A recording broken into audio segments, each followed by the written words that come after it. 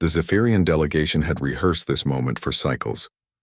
Their sleek, crystalline vessels hung in Earth's outer atmosphere, like jeweled ornaments against the cosmic void. Ambassador Kethvar adjusted his ceremonial robes, confident that this first contact would proceed according to galactic protocol, swift subjugation of another primitive species. "Begin transmission," he commanded, his four eyes gleaming with anticipation. The message reached every human communication device simultaneously. "Greetings, inhabitants of Sol 3. We are the Zephyrian Collective, representatives of the Galactic Council. You will surrender your world and join our empire as a tributary species." In the United Nations headquarters, Secretary General Maria Santos watched the alien transmission with her emergency council. The beings on screen looked elegant, almost ethereal, with their translucent skin and graceful movements. But their words carried an unmistakable threat. "Well," Santos said, adjusting her glasses, "that was refreshingly direct." General Harrison leaned forward. "Ma'am, our defense systems are ready, but their technology appears far superior to ours." Santos smiled, an expression that would have chilled any human who knew her well. "General, I think they've made a fundamental miscalculation." Aboard the flagship, Kethvar expected immediate compliance. Instead, Earth's response was peculiar. "To our Zephyrian visitors," came the reply, delivered by Santos herself, "we appreciate your introduction to galactic politics. However, we must respectfully decline your generous offer of subjugation. Instead, we'd like to propose an alternative arrangement." Kethvar's primary assistant, Veltar, blinked rapidly. "Ambassador there. Negotiating?" "Impossible," Kethvar replied. "Run a technological assessment immediately." The results were puzzling. Humans possessed basic fusion technology, primitive AI systems, and had barely begun exploring their own solar system. By galactic standards, they should have surrendered within moments of first contact. What Kethvar didn't understand was that the Galactic Council's intelligence gathering had focused entirely on technology. They had never studied human psychology, history, or culture. They had never learned about Thermopylae, where 300 Spartans held off an empire. They hadn't analyzed the Battle of Britain, where a small island nation defied a continent-spanning war machine. They were unaware of countless human conflicts where the supposedly weaker force had achieved impossible victories through sheer determination.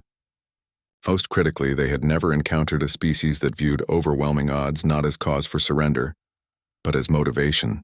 Within hours of the aliens' ultimatum, every major human government had reached the same conclusion independently. This wasn't just an invasion, it was an opportunity to demonstrate something the galaxy had apparently never seen before. "So let me understand this correctly," President Chen said during the emergency video conference. "These aliens control thousands of worlds, possess technology centuries ahead of ours, and expect us to just give up?" "That appears to be their assumption, yes," Santos replied. "How wonderfully naive of them," Prime Minister al-Rashid added from Dubai. The human response began with what the aliens initially interpreted as compliance. Manufacturing plants worldwide stopped producing consumer goods and switched to military hardware. Research laboratories abandoned civilian projects to focus on weapons development. But the scale and speed of the transformation bewildered Zephyrian observers. "Their entire species has shifted into war production mode," Veltar reported, his voice tinged with disbelief. "In less than one planetary rotation. Impossible. No species can mobilize that efficiently." But humans weren't just mobilizing, they were innovating. Teams of scientists worked around the clock, not to match alien technology, but to find unexpected solutions. If Zephyrian shields could stop energy weapons, humans developed kinetic impactors. If their hulls resisted conventional explosives, humans created weapons that turned the aliens' own technology against them. The first engagement came when Zephyrian scouts approached Earth's moon. They expected to encounter defensive satellites and military installations. Instead, they found something unprecedented in galactic warfare. Humanity had weaponized their own debris. Thousands of defunct satellites, spent rocket stages, and pieces of space junk had been fitted with simple guidance systems and accelerated to incredible velocities. The Zephyrian shields, designed to stop sophisticated energy attacks, proved useless against chunks of metal traveling at significant fractions of light speed. 3 scout ships were destroyed in the first wave. The survivors retreated in confusion. How did they achieve such coordination? Kethavar demanded. Their technology is primitive. His tactical analyst, a veteran of dozens of planetary conquests, studied the data with growing unease. Ambassador, I believe we've encountered something the Council has never faced before. This species doesn't fight like individuals protecting territory. They fight like a single organism defending itself. The revelation became clearer as human tactics evolved. Other species in the galaxy had developed advanced technology to overcome their limitations. Humans had developed something far more dangerous: the ability to turn limitations into advantages. They couldn't match Zephyrian computing power, so they used intuition and creativity. They couldn't produce energy shields, so they created armor that absorbed and redirected force. They couldn't travel faster than light, so they made their local space utterly lethal to invaders. More disturbing to the aliens was humanity's psychological profile. Most species, when faced with superior firepower, sought diplomatic solutions or surrender. Humans did something unprecedented. They became more dangerous as the odds against them increased. They're not trying to win, Veltar observed during the third week of the conflict. They're trying to ensure that defeating them costs more than it's worth. Nonsense, Keithvar replied, but his conviction was wavering. Already the collective had lost more ships to this single primitive world than in their last 5 conquests combined. The turning point came when humans launched their counterattack. Rather than attempting to reach Zephyrian space, they did something unthinkable.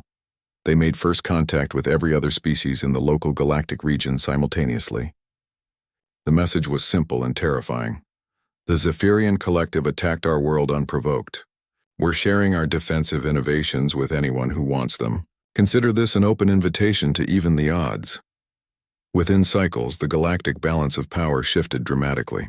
Species that had been subjugated for millennia suddenly possessed weapons and tactics that could challenge their oppressors. The collective found themselves facing not one primitive world, but dozens of rebellions inspired by human ingenuity and determination. Kethavar stood before the Galactic Council, his ceremonial robes torn and his confidence shattered. The humans, he reported, are not like other species. They don't just defend themselves, they inspire others to fight. They've weaponized the concept of hope itself. The council chambers fell silent. In all their millennia of expansion, they had never encountered a species that became stronger through adversity, or one that could transform an entire region of space through pure determination. Recommendation? The council leader asked. Kethavar's reply would change galactic history. Full diplomatic recognition immediately, and pray to whatever deities you worship that they're willing to forgive us. On Earth, Maria Santos smiled as she read the collective's unconditional surrender. Humanity had just taught the galaxy its most important lesson. Never underestimate a species that considers impossible odds merely an interesting challenge. The age of human expansion had begun,